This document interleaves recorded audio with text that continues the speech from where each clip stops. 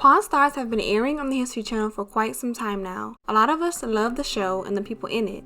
Day to day, we see some unbelievable things that people bring to the gold and silver pawn shop in hopes of getting a lot of cash for it. More often than not, the sellers have no idea how much something is worth, and it's hilarious seeing the Pawn Star workers lowball them or seeing the sellers scam the Pawn Stars. The shop is so popular that people from everywhere come to sell their items just because they saw it on TV. You might think it's normal everyday pawn shop stuff, but trust me, it's far from normal.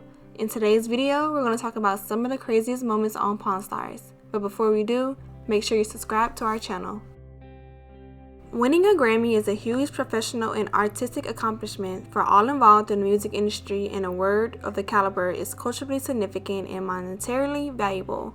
It's no doubt that Rick jumped on his chance to have one in his shop. The award is issued to Ronald Dunbar and General Johnson for their songwriting collaborations for 1970s hit Patches.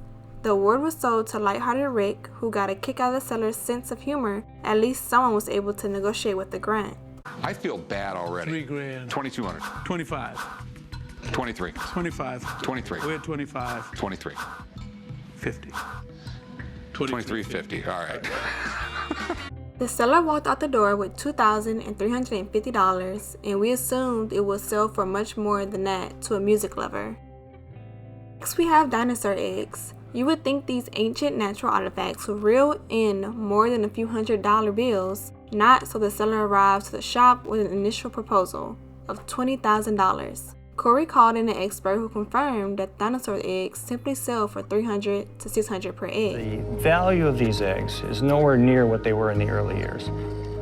I see these made available anywhere from maybe $300 to $600 an egg in this condition.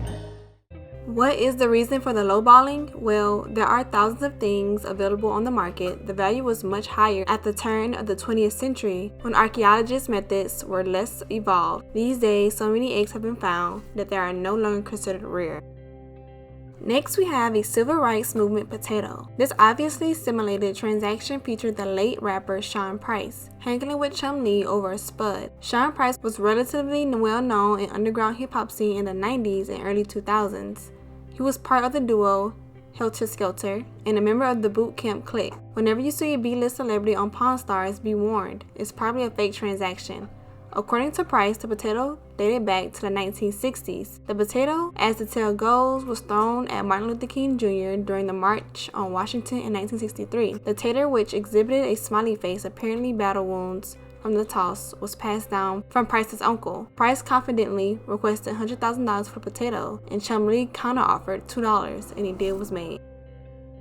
Last, we have JFK Cigar Box. The most pricey item in the Pawn Shop Award goes to JFK Cigar Box. The authentic piece of presidential memorable actually contains a few unsmoked cigars, increasing the item's resale value significantly.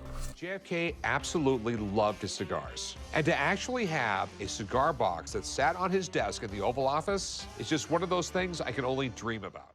An avid smoker, JFK notoriously ordered 1,200 Cuban cigars mere hours before signing a U.S. trade embargo that would deem all exports from Cuba illegal. Rick purchased the box for $60,000. However, a collector might bid upwards of $125,000 for this rare historic relic. In fact, in the 90s, a sister cigar box also hailing from JFK's desk at the Oval Office sold to a publisher for over $500,000.